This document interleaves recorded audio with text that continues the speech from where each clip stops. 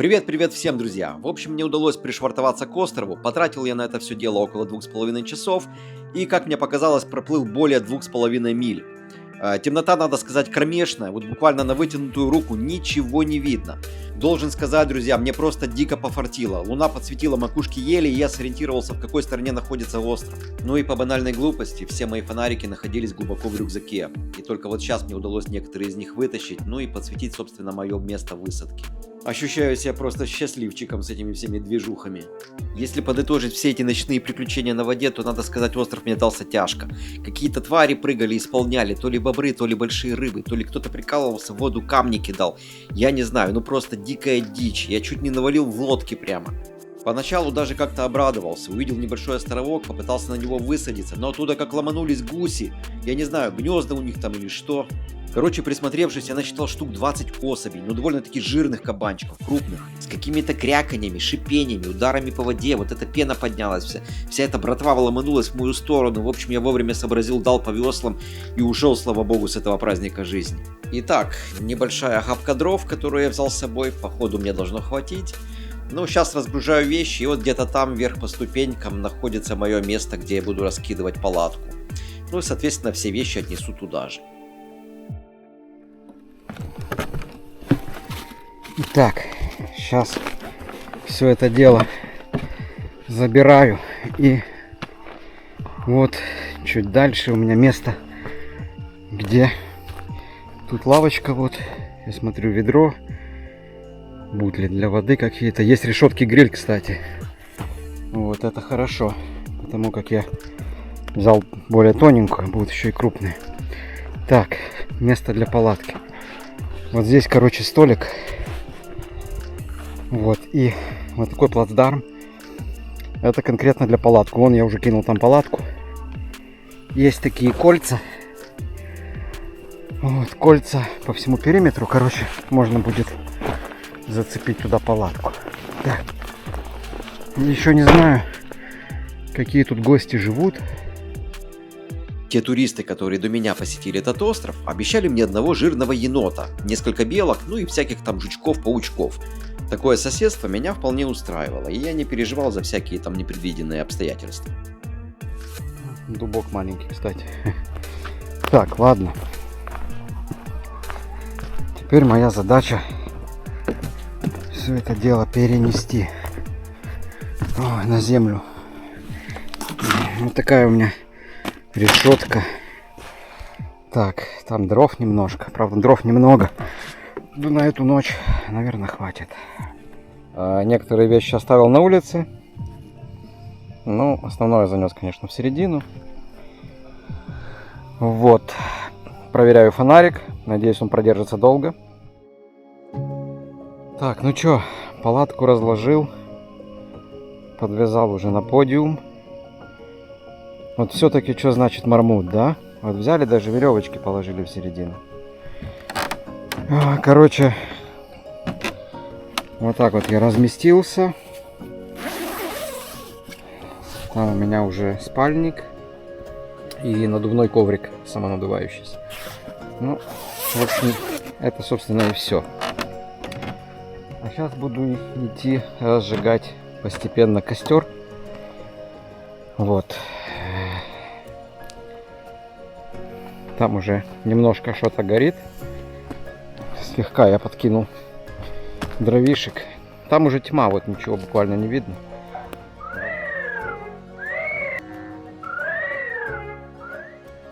Вскоре мой костер разгорелся на славу, но разжигал его обрывками газеты и кусочками бересты, которые достались мне вместе с дровами. По моему мнению, березовые дрова – это один из лучших материалов для костровых дел. Разжигаются элементарно, а если они еще обильно покрыты берестой, так это просто подарок. Береста очень идеально подходит для розжига, ну и естественно, если из береста, костер не заставит себя долго ждать. А вот и название острова – Love Island. Дрова по-домашнему уютно потрескивали, а полная луна придавала этому некий шарм. И тут, вслушиваясь в ночную тишину, я начал замечать посторонние звуки. И до меня наконец-то дошло, что ночная жизнь на острове просто кипит.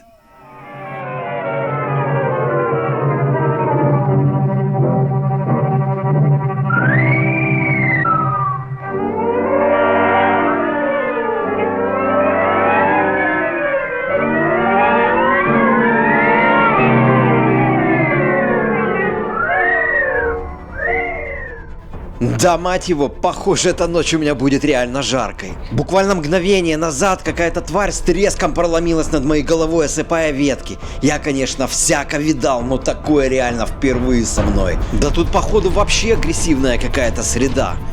Я пока не могу понять, что это, но это не птица точно. Все, что я успел засечь, это то, как оно проломилось в крону этого дерева. Мне, конечно, обещали всякую дичь на этом острове, но кроме комаров, барсуков и белок ничего более. Какая-то бесовщина творится. Такое ощущение, что я сейчас встречу агентов Малдера и Скалли.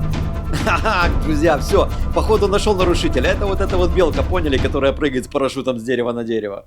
Фу, пронесло, сука.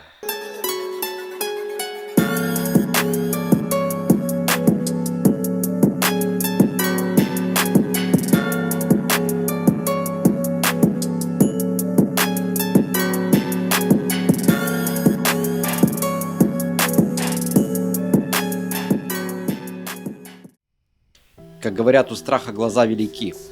Все-таки я решил отвлечься от этих белок, от этого зверя всего. Ну, не такие они страшные на самом деле. Ну да, конечно, мне придется с ними делить этот вечер. Но тем не менее, намного приятнее отвлечься на песни сверчков и на потрескивание дровишек в моем костре. Как поговаривают в народе, друзья, на огонь и воду можно смотреть вечно. И я, наверное, с этим полностью согласен. Потому как, честно сказать, ребята, как я соскучился по этим танцующим искоркам, по этим играющим языкам пламени. Да, очень правда соскучился. Все-таки кто бы что ни говорил, а в этом огне что-то есть, что-то вечное, что делает тебя настоящим. Что может быть лучше, друзья, чем вот так посидеть вечером у костра? Цените эти моменты. Далеко-далеко от суеты и урбанизма городских стен, от визжащих колес машин и раздраженных прохожих, наслаждаясь этим огнем, я начал свой первый осенний походный день. Ну а уж если ты любишь осенние походы, то поставь этому видео палец вверх. Это меня вдохновляет.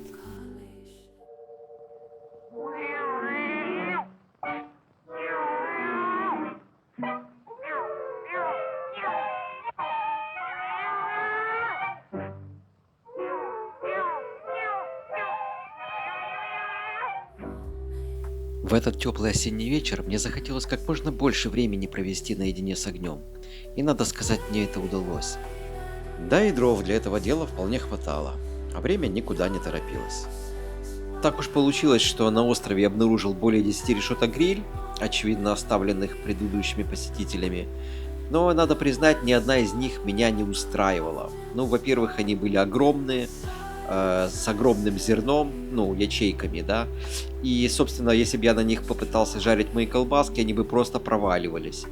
Эти решетки были рассчитаны более на стейки, на какие-то крупные части мяса, чего у меня, собственно говоря, с собой и не было.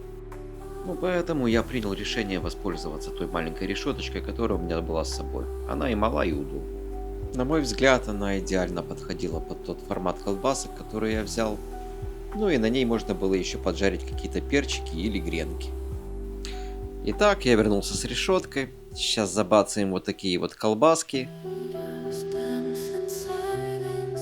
на вот такой вот решетке.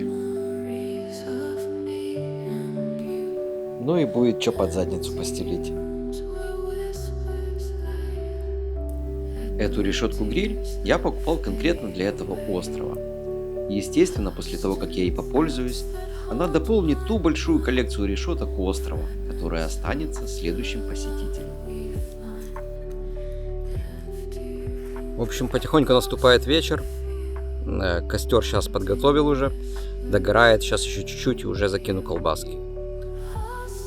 Завтра у меня планируется еще рыбалка. То есть должно быть все вообще просто шикарно. Ну вот как-то так.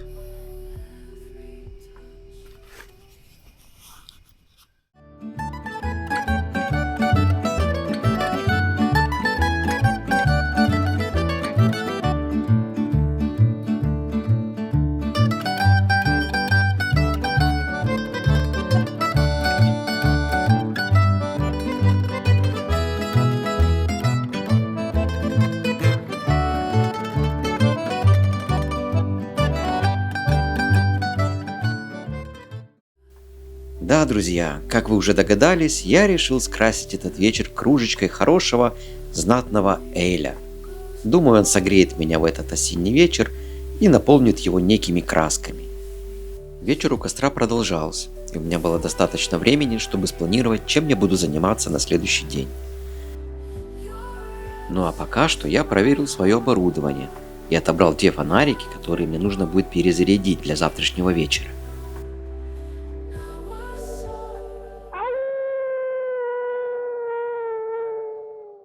Да-да-да, друзья, пришло время жарить мясо. Как раз наша решеточка уже прокалилась, угольки уже готовы, и осталось только закинуть перчики и колбаски и делать вкусняшки. И вуаля! Первым пошел перчик. Кстати, друзья, если вы хотите запекать перчик, берите его с толстыми стенками, иначе он у вас просто сгорит. Обычно правильно пропекать перчики до черной шкурки. И не переживайте, что он сгорит полностью. В середине он будет такой же, как обычно. А еще, если в перчике срезать шляпку и вбить туда яйцо, добавив при этом немножко бекона или ветчины, вы получите прекрасный омлет, запеченный прямо в перчике. Ну а вот и самое долгожданное. Наконец-то я на решеточку добавил колбасок. Наверное, вы заметили, друзья, какой черный у меня перчик. И это правильно. В середине он будет такой же зеленый, как был изначально. Мои посиделки у костра оказались на славу. Еще несколько мгновений, и я отведаю, наверное, самое вкусное островное блюдо на свете.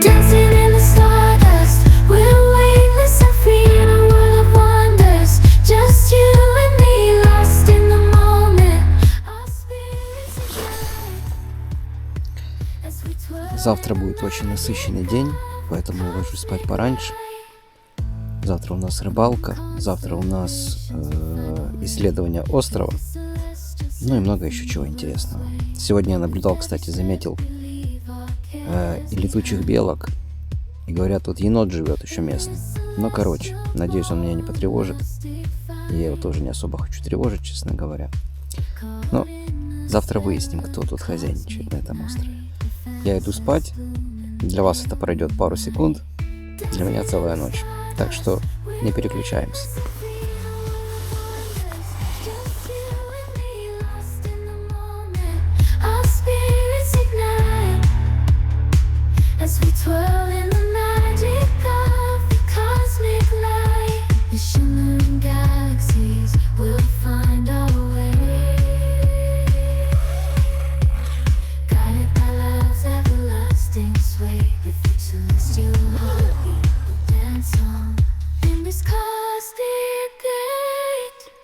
As we twirl in the magic of the cosmic light.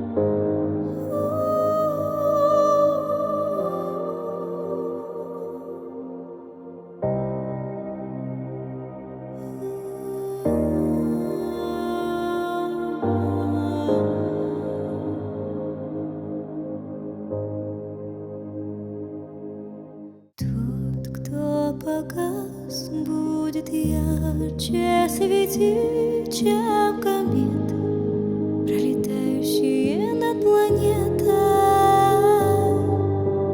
Из пустоты без твоей красоты не родится юности вольной птицы.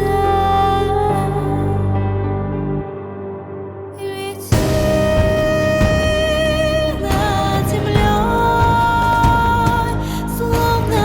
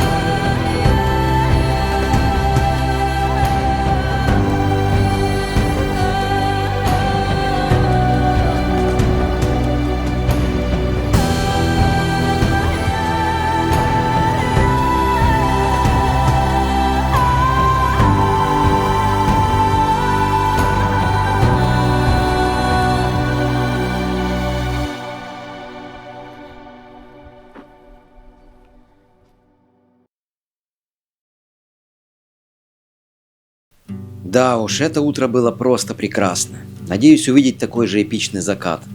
Предварительно убравшись у костровища, мною одолело непреодолимое желание исследовать этот остров. Я собрал свои некоторые вещи и решил подняться на самую высокую точку. Обычно я люблю поспать и так рано редко встаю, так что вы уж простите меня, друзья, если я выгляжу как медвежонок Тедди. Я думаю, это не помешает нашему восхождению. Итак, вернемся к нашим гусям и кроликам. Наверху мне обещали небольшую смотровую площадку, с которой можно разглядеть все причуды этого острова. Также, друзья, должен заметить, что остров представляет собой огромную скалу, на которой чудесным образом произрастает достаточно густой лес. Из моих наблюдений я пришел к выводу, что этот лес мешанный и достаточно молодой. Визуально навскидку, не более 50 лет. А наличие разнотравья, ягод и грибов подтверждает тот факт, что этот остров был когда-то чем-то целым с большой землей. Прошло всего каких-то пару минут с момента моего восхождения. Поднимаясь все выше и выше, я уперся в небольшую расщелину в скале, за которой виднелось небольшое помостье, которое и называлось обзорной площадкой. К моему сожалению, друзья, интернет на острове работает очень плохо, и мне так и не удалось измерить самую высокую точку этого острова. Но навскидку, друзья, могу сказать, что она примерно до 15 метров.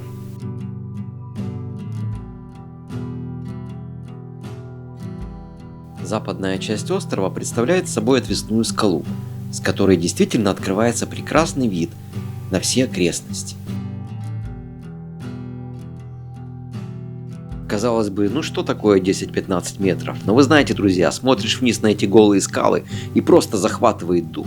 Кстати, вот еще одно место для рыбалки. Вот там прямо на камне можно расположиться и спокойно себе половить рыбу.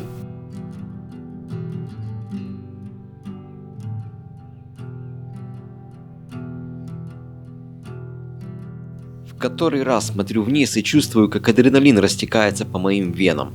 Хотя, если честно, друзья, у меня появилось желание туда спуститься и разведать более детально те места, чем, собственно, потом я и займусь. Вдохнув на полные груди, друзья, я ощутил легкий аромат можжевеловых кустов и пряных трав, которые, очевидно, в большом изобилии присутствуют на этой вершине.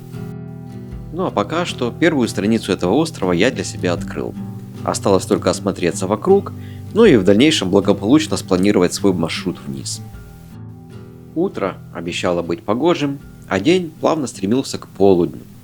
И лишь только где-нигде на небе ветер разгонял небольшие тучки, постепенно превращая их в пыль. Наслаждаясь разбалованными криками гусей и другими речными тварями, я продумывал свой маршрут на рыбалку. Как я буду на лодке оплывать эти островки из лилий, чтобы не запутать снасти в коряжнике. Исходя из этого, я пришел к выводу, что южная часть острова более поросшая лилиями, а западная часть имеет выход к основному руслу реки. Конечно, это имеет значение, если я буду рыбачить с лодки, но я также не исключаю рыбалку из берега. Хотя честно скажу, что рыбалка с лодки мне как-то больше по душе. Что касается береговой линии, то весь остров по окружности усыпан острыми камнями и поваленными деревьями. Все эти моменты в какой-то степени усложняют выбор хорошего места для рыбалки. Как бы там ни было, для себя я все-таки обнаружил 3 неплохих места с хорошим доступом к берегу и с открытой водой, без коряжника и лилий. Эта часть, данная часть реки, она вся в лилиях. Все поросшее лилией.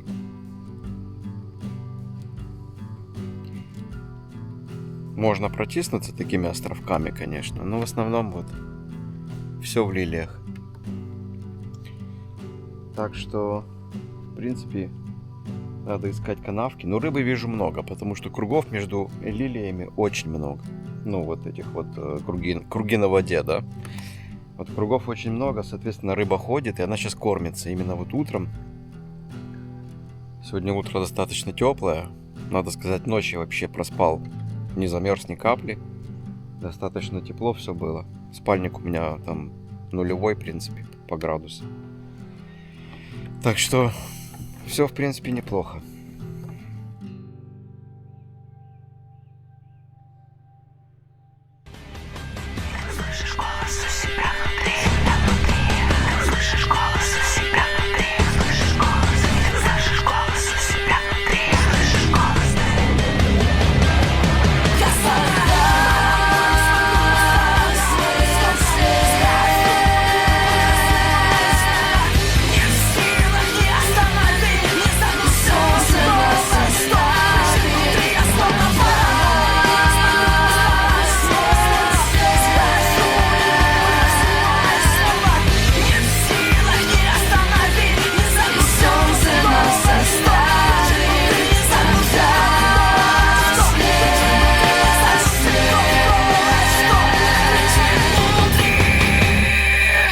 А вы, друзья, ощутили энергетику этого места? Оно просто идеально подходит для утренних медитаций и единения с природой.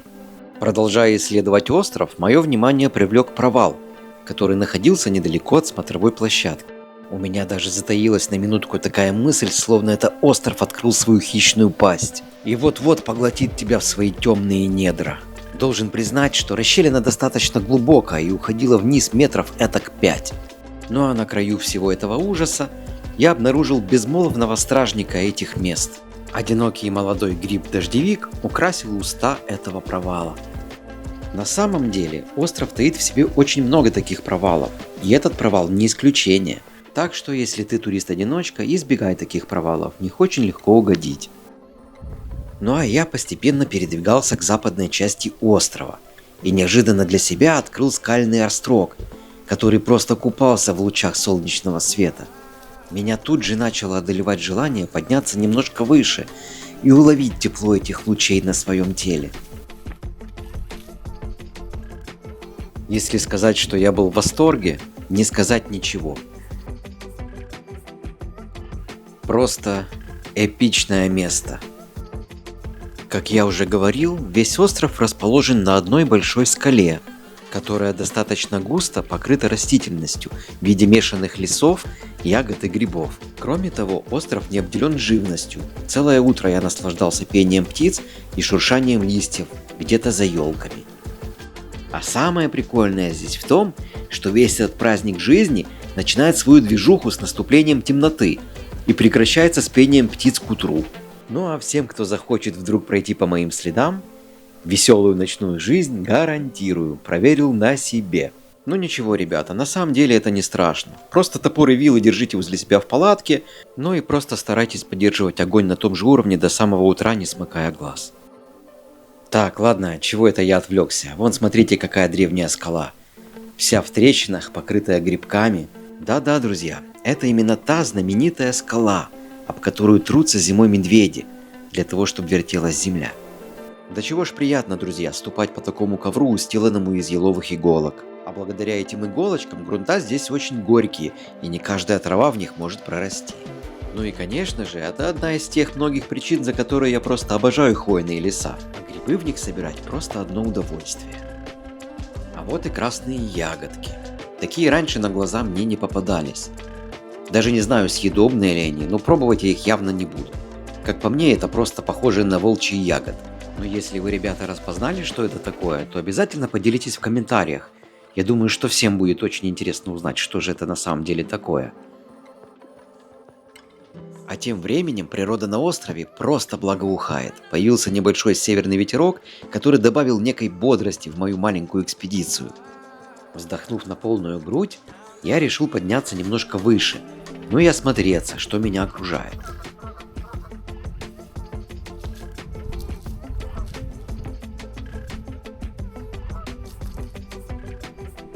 Передвигаться по таким камням следует с особой осторожностью, ведь одно неловкое движение, и ты кубарем скатишься вниз. А внизу, друзья, толпа извращенных диких гусей, которые готовы защипать тебя просто до смерти. Ну конечно, шучу. Привет всем любителям диких гусей и уток. Да, чуть не забыл, надо будет забежать в охотничий магазин по дороге домой. Не, ну вообще гусей и уток я люблю. Птицы они мирные, ну и вкусные немножко. Которые несут яички. Ля-ля-ля-ля-ля-ля-ля-ля-ля. Ну ладно, чё ж я на них отвлекаюсь? Моя ж миссия исследовать остров, я ж вроде как в экспедиции нахожусь. Поэтому посижу немножко и двинусь дальше на исследование острова. Ну а пока что, друзья, поведаю вам свою историю, которая приключилась со мной в Голубых горах Карпатах много лет тому назад. Наша небольшая компания состояла из 4 человек, возрастом до 25 лет. Ну а нашей целью было посещение праздника, который ежегодно проходил в этих краях и назывался «Выход на полонину». Это именно тот праздник, когда пастухи выгоняют своих овец для первой кормежки на зеленые опушки Голубых гор. Мы же, как и все участники этого праздника, разжигали костры, именуемые ватрами, а также танцевали и готовились к вечерней трапезе. Погода в тот день была устойчиво теплая. По этой причине спать мы легли в открытых спальниках, расположившись аккурат вокруг костра на опушке леса. Уж не помню, как я заснул в тот день, но проснулся я раньше всех, это уж точно. Стрелки на моих часах указывали на 5 часов 22 минуты утра. В полудреме я нащупал свой телефон, чеканул заряд батареи и сверил часы. Ну а на экране мобилы красовались все те же 5 часов 22 минуты утра. Немножко приподнявшись на локтях из спальника, я обнаружил, что все пространство нашей поляны застилает белый густой туман. Ну, дело в горах это обычное, ничего в этом страшного нет. Обычно небольшие тучки спускаются на горы в утреннее и вечернее время и устилают такие лужайки своими белыми покрывалами. В местном фольклоре считается, что такие туманы создают духи леса, выходящие играть и танцевать. Вся эта зябкая влажность мурашками отразилась на моей коже, и я решил во что бы то ни стало разжечь вновь огонь. Благо, со вчерашнего дня в костре еще можно было найти пару живых угольков, и разжигание его не составило особого труда. Через некоторое время, вдоволь насладившись теплом огня, я прыгнул обратно в спальник и, покрутившись немножко, спешно заснул. Ну а проснувшись во второй раз, я заметил, что туман уже развеялся, а на часах красовались все те же 5 часов 22 минуты утра. Да, мир полон загадок. Вот такая, друзья, история о времени. Так, что тут у нас? Походу я обнаружил черную метку нашего общего друга. Да-да, вы догадались, кого я имею в виду.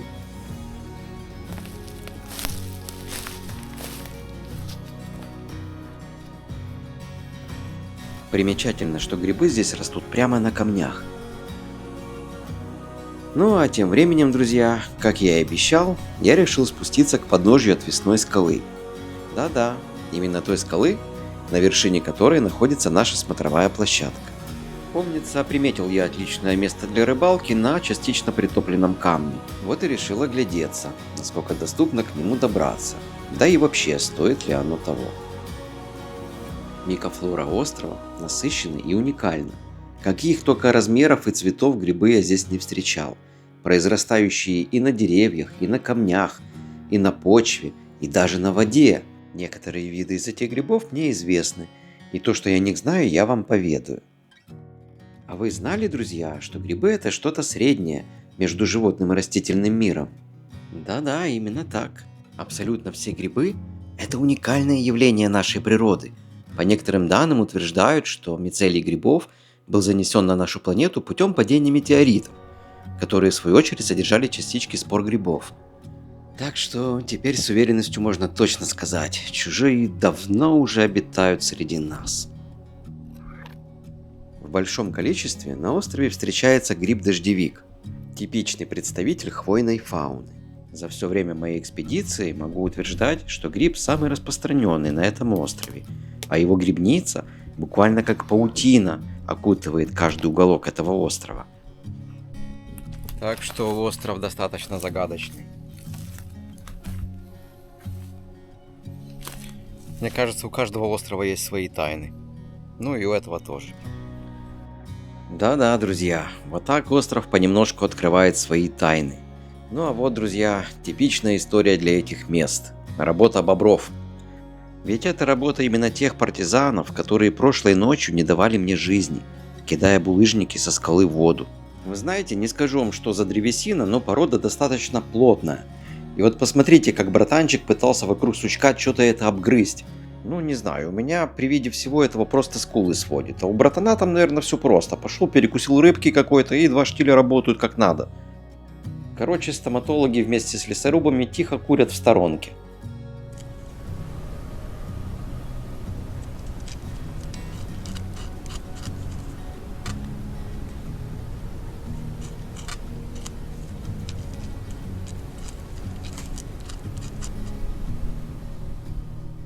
Вся эта история с деревом продлится недолго, буквально 1-2 недели, и это дерево дополнит коллекцию топляков этого острова. Ну а коварная братва бобров будет подыскивать новую жертву для внедрения своих коварных планов. Скалистое место достаточно. Очень много тут ниш в скалах, пещер, так сказать. Вот. Облущившиеся породы. Вот как раз сзади меня Вот такая вот отвесная скала с козырьком. В принципе, можно упрятаться от дождя. Все скалы обильно покрыты растительностью, будь то грибы, мох или что-либо еще. А небольшие, но глубокие пещеры служат отличным укрытием для местной живности. На всем моем пути я встречал огромное количество валежника и буреломов. И естественно, собирать валежник, ломать елки-палки в этих краях не принято. Здесь стараются сохранить природу такой, какая она есть. И мне кажется, это правильно. Ведь известны многие случаи вырубки лесов, сушения озер и рек, чего стоит только одна трагедия мирного атома в Чернобыле, отравившая огромную территорию на десятки лет. Между прочим, друзья, на сегодняшний день зараженная чернобыльская территория служит отличным примером того, как природа может себя отлично чувствовать и восстанавливаться, без вмешательства человека в ее процессы. Обратите внимание, друзья, как вся скала покрылась интересными грибами. Я таких раньше даже не встречал. Если кто знает, как они называются, пожалуйста, опишите их. Я думаю, будет каждому интересно узнать, что это такое. Ну а я не удержался, друзья, и решил исследовать местные пещерки.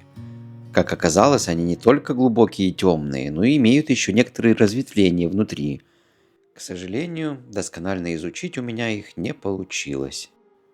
Благодаря своей уникальной изолированной фауне, остров просто упивался лучами солнечного света.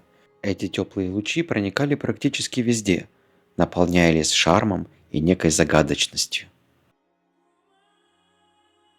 Все, казалось, играет в солнечные зайчики, а кустарники и деревья в тандеме просто танцуют, наслаждаясь легким дуновением теплого ветра. Наверное, именно такие деньки наполняют нашу жизнь энергией и смыслом. Исследование ландшафта – дело нелегкое, поэтому я немножко утомился и решил передохнуть, перевести дух, так сказать, и заодно осмотреться да продумать путь дальше. Весь рельеф острова просто пестрит скальными породами, ну а горок и спусков здесь огромное количество, оттого и утомляешься достаточно быстро. Растительность здесь довольно-таки обычная, как для леса. Здесь есть дубки, осина и лещина, маленькие и большие березки, а также огромное количество всевозможных хвойных пород. Встречалось мне и огромное количество мхов и всяческих лишайников. Ну и, конечно, как отдельный мир, это грибы, которых здесь просто немеренное количество. Что касается животного мира, здесь обитает братва бобров, а также белки-парашютисты, которые прошлой ночью пытались меня прогнать из этого острова. В общем, если встретишь такую белку с парашютом, беги. По внешнему краю, в прибрежных водах, периметр стерегут агрессивные утки и гуси, которые постоянно между собой что-то делят. И в этой всей движухе на глазах им лучше не появляйся, потому что крайним окажешься именно ты. Ну и так вышло, что самый ровный пацан этого острова – это енот, с которым мы не встречались, но мерялись какашками. Ну что ж, вот и пришло время поподробнее остановиться на наших грибах. Привет всем, кто любит эту тихую охоту. А вот и первый представитель хвойных лесов, который попался мне под руки. Это такой себе рогатой формы гриб, в прямом смысле этого слова. В народе его часто величают как оленьи рожки. Ну а рядом я обнаружил его мумифицированного сородича. Очевидно, что это одна грибница, но этот гриб превратился в абсолютную мумию. Гриб оленьей рожки является абсолютно съедобным и очень вкусным. А дальше, друзья, я обнаружил такое явление, которое в народе величают не иначе, как ведьмин круг или кольцо ведьмы. Если верить легендам, такие круги удерживают огромную энергию внутри себя, не давая ей высвободиться наружу. Ну а ведьмы и колдуньи используют такие круги для создания особого, священного магического пространства, которое находится далеко за пределами нашего восприятия и реальности. Еще это место удивило меня не только своей мистикой, но и количеством типов грибов, которые дружно разместились одной большой семьей. Ну а к какому типу относятся белые грибы, я так и не понял. Сначала я их путал с груздями, но потом понял, что это несколько другие грибы. И, возможно, даже полусъедобные. В целом, в грибах я разбираюсь неплохо. И в данном случае я обнаружил достаточно съедобный гриб. В народе этот гриб кличут не иначе, как маховик трещиноватый. В моем случае гриб попался достаточно свежий, с упругой шляпкой и твердой ножкой. Абсолютно при этом не червивый. Я не стал собирать, друзья, грибы этого острова, потому как они мне без надобности. Да и задача моя другая, я больше как исследователь. А вот так эта красота произрастает.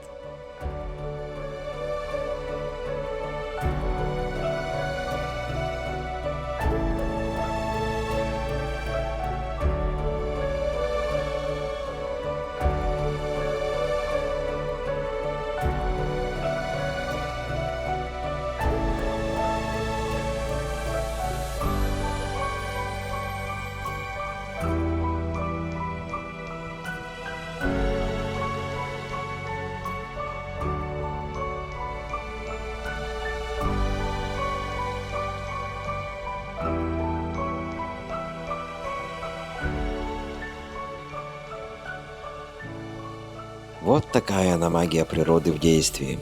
А у нас очередной представитель древней грибницы, и быстрее всего ложный. А вот и тот представитель грибной фауны, которого вы наверняка знаете. Маленький и давно созревший гриб-дождевик уже готов распылять свои споры. Для этого в верхнем основании тела гриба образуется небольшое отверстие, через которое гриб способен распылять свои споры и размножаться. А помогают ему в этом неосторожные звери, либо человек. Моя бабушка также рассказывала, что если споры гриба-дождевика распылить на ранку или порез, то затягиваться она будет намного быстрее. Да-да, друзья, некоторые грибы являются даже лечебными. Ну и конечно же, чтобы не забыть о главном, друзья, гриб является съедобным, а его большие представители достигают в весе до 10 килограмм. Вот такая интересная грибная полянка. Множество здесь всяких грибов. Ну а мы продолжаем свое движение дальше. Возвращаясь и планируя свой маршрут назад, я решил пройтись по противоположному хребту острова, тем самым в надежде открыть для себя что-нибудь новенькое. И если честно, то так оно и случилось. Немножко осмотревшись, я таки обнаружил, что эта сторона острова действительно отличается, ну по крайней мере лишайниками и деревьями. Как и на всем острове, хвойные породы здесь доминировали. Но что самое интересное, между хвоями можно было встретить лиственные, чего на другой стороне острова было намного меньше. На секундочку мне даже показалось, что происходит некая битва между хвойными и лиственными породами деревьев этого леса. Соперничая между собой, деревья словно вытесняли друг друга с этого острова. Да, все та же неизвестная мне ягодка произрастает и на этой стороне леса. Ну а сейчас, друзья, пришло самое время познакомить вас со свидетелем уникальнейших исторических событий. Ведь именно на нем, на этом черном пеньке, Красная Шапочка впервые простудила свой пирожок. То есть съела свой пирожок. Да, все-таки какой насыщенный этот лес мифами и легендами. Просто загляденье. Одна из таких историй произошла на острове в конце 90-х, когда упитанная стая гусей и уток пытались отобрать у местных белочек 3 орешка для Золушки. Да, правду старцы говорили, много было несправедливости в то темное время. А как вам, друзья, эта печально нашумевшая история про Машу, которая в свое время приплыла на этот остров, поселилась в берлоге у доверчивых черных медведей, а потом... Ну да ладно, чего это я? Понесло меня за 3-9 земель. Я так думаю, друзья, что некоторые секреты этого острова не должны выходить за его берега. Как говорится, грязное белье оставляй дома. Ну как-то так. Время, проведенное в экспедиции, бежит как стремительная река. И я даже, друзья, не успел оглядеться, как я уже прошел больше половины этого острова. Моя дорога назад просто пестрила острыми камнями, закрученными корнями и поваленным буреломом.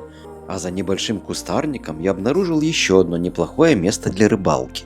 Вот как всегда, друзья. Только хотел вам что-то хорошее рассказать, прошел немножко влево, а тут, сука, целая гора какушат от бобровых братьев. Я сначала грехом подумал, что это зайчик навалял, но не, ребят, зайчики столько не валят. Причем так ровно ложит и очевидно системно, потому как, за раз ты столько не навалишь просто. И знаете, друзья, у меня такое подозрение, что выражение «за гору сраты» родилось именно в этих краях. И все-таки хорошо, что я не такой впечатлительный, а то бывает приснится вот такая вот горка с напряженными бобрами. Знаю, все, оставим бобров в покое, давайте перейдем к грибочкам. Я тут нашел гриб, который по своей форме и внешности мне очень напоминал грусть, но таким не являлся. Такой вид грибов в большом количестве мне попался в районе Ведьминого кольца. Ну а спустя какое-то время мое внимание привлек лишайник. Честно сказать, жутковатая штука. К сожалению, этот кусочек уже зажмурился, высох и практически ничего не весит. Из плюсов только можно добавить то, что он сохранил свой зеленый цвет. Большинство лишайников имеет округлую форму, и этот кусочек не является исключением. Можно его взять в руку, он не кусается. Ну да, он достаточно хрупенький и по ощущениям напоминает кусочек пенопласта. А это, друзья, уже живой представитель вида лишайников. Все та же округлая форма, только менее яркий насыщенный зеленый цвет, ну и полегче немножко. Эти зеленые комочки буквально раскиданы по всему острову. В большинстве своем я их встречал в ямах и ухабах, и обязательно в еловых иголках. А как тебе такой представитель грибной фауны острова? Более древнего и коварного гриба, чем этот, друзья, я просто не встречал. Это ж сколько здесь надо простоять, чтобы шляпка покрылась мхом. До этой кондиции доживают только одни грибы. И я, кажется, догадываюсь, какие. А вы как считаете? Думаю, вы тоже догадались. Ведь это не иначе, как ведьмин гриб.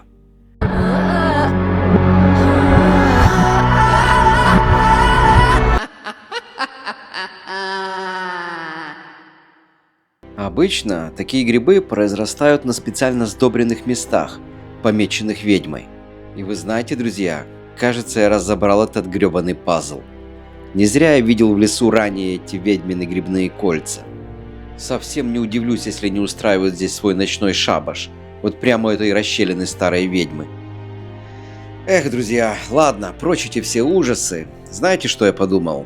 Вот вроде бы такой небольшой островок, а столько на нем всего интересного. Такой он насыщенный по своей природе, флоре.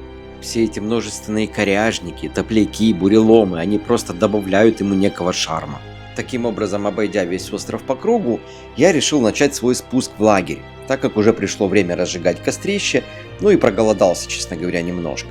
А пока буду возвращаться, давайте, друзья, подобьем итоги о пережитом и увиденном на этом острове. Весь остров представляет из себя красиво торчащую из воды скалу, на которой дивным образом разместились животные, лес и всякие там травы-муравы. Отдельную нишу в этом всем хаосе занимают животные, которых днем практически не встретить, а вот ночью начинается, друзья, совсем другая реальность этого мира. И я бы сказал, черт, она мне нравится. Ведь именно с наступлением темноты вся эта движуха наполняет твои вены адреналином и новыми впечатлениями. Вспомнить хотя бы эту белку-летягу, которая прошлой ночью ломанулась в мой лагерь, высадила меня и наделала переполох. Кстати, прикинь, этот живой парашют может летать на высоте до 90 метров. Tango 3 left turn ahead, taxi reporting cross 7.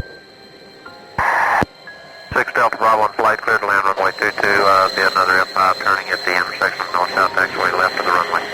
Bravo flight. Короче, все, утомили меня уже эти рассказы про дичь, про этих белок. Давайте уже лучше про бобров каких-то. Хотя, не, какие бобры, это что же дичь? Короче, друзья, когда голодный и уставший, все это дикая дичь. Кстати, у вас бывало такое, когда вот так вот смотришь на пенек и типа завтыкал? Ну, тупишь тупо так. Кто и как сюда попали? Я ежик. Я упал в реку. Ну ладно, потупили на пенек и хватит. Давайте как-то будем двигаться. Кстати, этот пенек находится в каких-то пару сотен метрах от моего лагеря. Ну, конечно, присаживаться я на него не буду, тем более пирожков у меня с собой нет. А в лагере на меня уже заждались всякие там вкусняшки. Поэтому не буду медлить, а потихоньку начну спуск. Кстати, весь спуск чередуется всякими там коряшками, пеньками, шишками. И шишек, походу, такое количество, что никто их тут не хавает, не собирает. Ну, в общем, их просто немерено. И это, само собой, хорошая кладовая для местного зверья. Да и вообще, честно говоря, остров изощрен на всякие там ягоды, грибы и тому подобное. Вот, кстати, недалеко от лагеря спрятался такой неплохой белячок. И вполне возможно, был бы у меня небольшой такой котелочек, я бы забодяжил грибную юшку. Но, очевидно, не в этой экспедиции. Но ничего, не первая, не последняя. Будет еще и грибная юшка, и экспедиция новая. Все впереди, друзья. А спускаться-то и вправду по кайфу. Это тебе не саночки в гору возить. Да, правду говорят, ребят, спуск с горы намного проще, чем подъем. Сейчас ты скажешь: о, еще один мистер очевидность. Я, конечно, тайну не открыл, но в моем случае, друзья, согласитесь, при спуске все эти камни, коряжники, колючки преодолеваются намного проще, чем при подъеме. И это факт. Вот и подошла к концу моя первая экспедиция вглубь острова.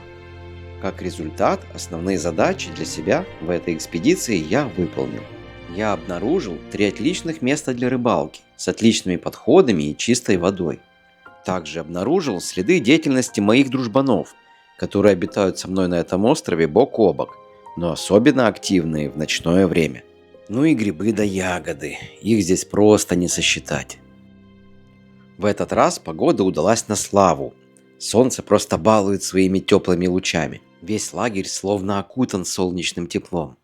И знаете, думаю, это одно из неплохих мест для приема солнечных ванн. Чего стоит только вот этот бережок за моей палаткой. Весь этот бережок напоминает собой мыс из плотно сложенных камней, опутанных древесными корнями. Кстати, насчет бережков. Раз такой замес пошел, давайте немножко познакомлю вас с окрестностями своего лагеря. Вот такую картинку я наблюдаю с тыльной стороны своей палатки. Она уходит в сторону леса и плавно поднимается в гору. Здесь произрастает ельник, и частенько ночью еловые шишки, словно маленькие такие пружинки, отбиваются от земли и бьют в борта палатки. Я буду скучать за этим. А такая вот картинка рисуется с фронтальной стороны моей палатки, прям недалеко от костровых дел. Ну вот как-то так. Ну что ж, друзья, приключения продолжаются, и мы идем дальше. Иду разжигать костер. Хочется уже каких-то колбасок перекусить, ну, что-то закинуть. Погода обещает быть классной. 28 градусов было вчера, и 27 обещали сегодня. Сейчас немножко перекушу и вперед на рыбалку. Скорее всего, друзья, что это последние теплые солнечные деньки этой осени. И должен признать, что мне с ними реально пофартило. Я просто тащусь от этих бликов. Смотри, какие отражения по дереву идут. Вся береговая линия острова просто купалась в волшебных бликах и переливах. В какой-то момент я почувствовал себя словно в сказке, как будто я волшебник некой страны Оз, в этом чарующем царстве света и теней. Класс. Нашел здесь, кстати, куст ромашки. Прикольный, смотри какой. Полноценный куст ромашки на острове. Это нечто. Сюда также долетают пчелы. Черт, мне это нравится.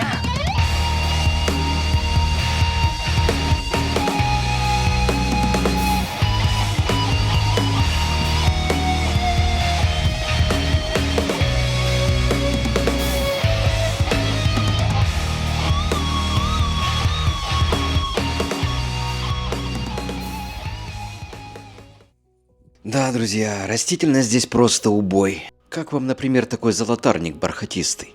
А может быть такой прекрасный одинокий коровяк? Кстати, из этого двухлетнего растения делают отличные отвары от бронхита. А вот такой западный щавель позаботится о вашей коже. Крема и отвары из него просто омолаживают тело. Такие свечки произрастают в болотистых и прибрежных районах, и некоторые матерые фармацевты бодяжат из него крема и отвары. Ну и никак не обойтись без сладкогорького послена. Его ягодки выглядят очень аппетитно, но, к сожалению, являются ядовитыми. Как же он мне напоминает помидорки, гадкий вьюнок. Буду разжигать огонь. Есть у меня вот такие березовые дрова, прямо с берестой. Я думаю, что схватится быстро. Ну и поджарю какие-то колбаски. Сейчас у меня есть там еще немножко креветок. Ну, в общем, как-то себе приготовлю такой ланч. Ну а после ланча планирую выйти на воду и немножко порыбачить. Так что все впереди. Так, со вчерашнего вечера у меня должно было остаться пару поленок. И вот вижу, да, в костре они лежат. Ну, плюс еще есть в пакете там 2-3 поленка. Я думаю, приготовить покушать хватит. Ну, а для вечернего времяпроведения у костра буду использовать топливные брикеты. В общем, без огня не останусь. Между прочим, друзья, вчера у костра, помимо своей решетки, я использовал такой тип решетки. Это что-то среднее между сковородкой и решеткой гриль. Такой себе кусок прессованной нержавейки с лазерным сечением. Я вам скажу, достаточно успешный вариант. Что же касается самих решеток гриль, я их обычно не мою. Я их стараюсь прокалить на огне, даю остыть, а затем протираю влажной тряпочкой. Ну что ж, вроде бы все готово для нового фаер-шоу. Ну тогда погнали разжигать.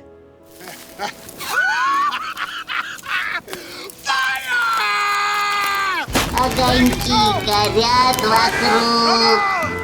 Yes! Look what I have created! I have made fire!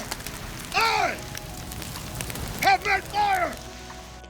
Лед тронулся, господа присяжные заседатели, лед тронулся. Уже приятно похрустывают дровишки, запахло в воздухе таким дымком.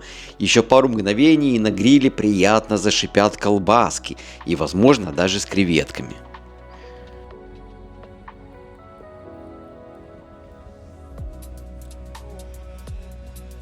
Занимаясь кострово-грилевыми делами, главным является не прощелкать количество топливных материалов, которые ты используешь, а также равномерность их прожига. Это поможет тебе сэкономить просто кучу времени. Мне кажется, что надо еще докинуть один брикет.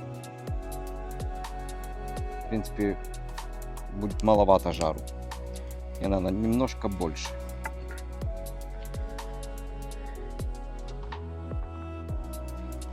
Вот такие брикеты использую в качестве растопа. Это прессованные опилки, и они как раз помогают мне удерживать жар. Очень легко ломаются. Вот такие кусочки.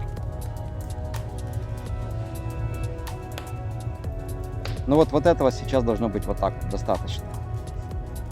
Сейчас оно чуть прогорит, и я буду жарить колбаски.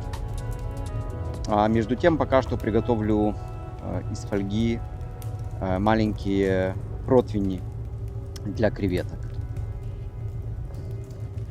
А вот и пришло время прокалить решетки. Как я уже упоминал, я их не мою. Я их прокаливаю на костре, даю остыть, а затем протираю их влажной губкой или тряпочкой. И признаюсь, друзья, что все-таки некоторые тяжелые нагары не очищаются тряпочками и губками. Для этого в идеале подошла бы металлическая щеточка. Но если ее нет, то можно что-то подобное смастерить из еловых веточек. Итак, друзья, колбаски в процессе. Еще пару мгновений и все будет готово. В этот раз я использовал этот новый тип решетки, и должен сказать, она себя оправдала. Колбаски получились просто отменными, хрустящими и в меру прожаренными. С уверенностью могу сказать, друзья, что такой тип решетки оправдал себя на все 300%. Просто посмотрите, какой уровень прожарки. Между прочим, ты заценил мою осеннюю тарелочку? Она просто идеально компонирует с этими колбасками. Если ты тоже любитель быть в тренде, обязательно поставь этому видосу лайк. Которые несут яички. Ля-ля-ля-ля-ля-ля-ля-ля-ля. Да, друзья, во всем должна быть гармония. И даже вот, казалось бы, в таких мелочах. Этот сентябрьский месяц вышел на славу теплым. И так уж, мать его, совпало, что сегодня именно 3 сентября. Календарь переверну, и снова 3 сентября. На фото я твое взгляну, и снова 3 сентября. Совсем забыл, друзья, рассказать вам о птицах этого острова. Их здесь просто огромное количество. Именно они пугали меня по ночам и будили по утру. Кстати, некоторые из них издают такие звуки, словно Звездные войны уже начались. И заметьте, друзья, уток, гусей специально не валю в эту кучу, потому что это отдельный вид, который обитает в окрестностях этого острова и занимается конкретно рэкетом. Итак, друзья, осенние закуски поданы. Такие у нас колбаски получились.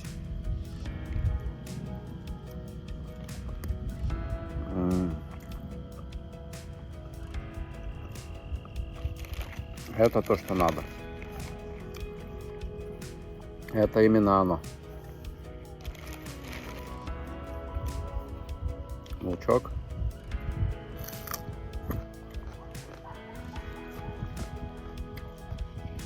Колбаска. Вот такой вот перчик-гриль получился. Это кайф. Мороженое. Не раз наблюдал, друзья, когда в небольшие походы, будь то группа туристов или одиночки, берут с собой просто вагон еды. И это, возможно, себя оправдывает, если вы едете чисто релакснуть, отпраздновать день рождения в кругу семьи или друзей, а может быть просто покупаться на речке или в озере. Но никак не оправдывает себя, если вы собрались в тяжелый нагруженный поход со сложным маршрутом. Если уж вы и собрались в такой поход, то старайтесь с собой брать калорийные энергоемкие продукты, те, которые вы наверняка съедите. Обычно в такой набор входят различного типа сублиматы. Это может быть шоколад, всеразличные орехи, галеты, ну или же, как в моем случае, колбаски, тортилки и креветки.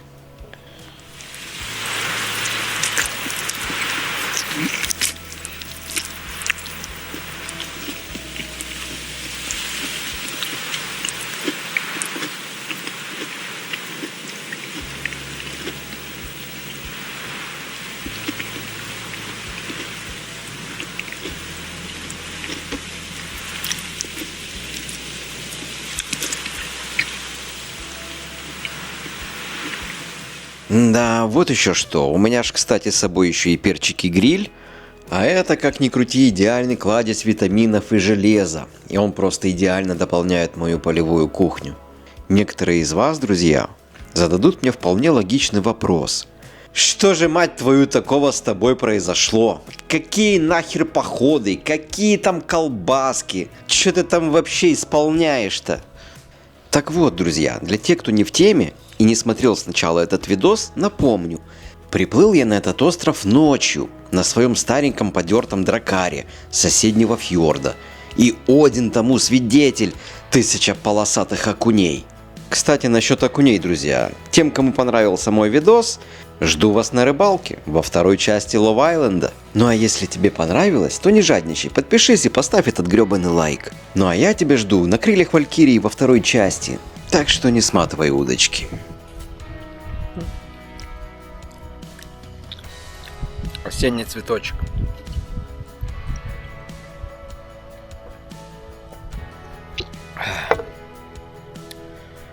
Класс. Просто божественно. Что может быть лучше, чем покушать просто на природе, на открытом воздухе?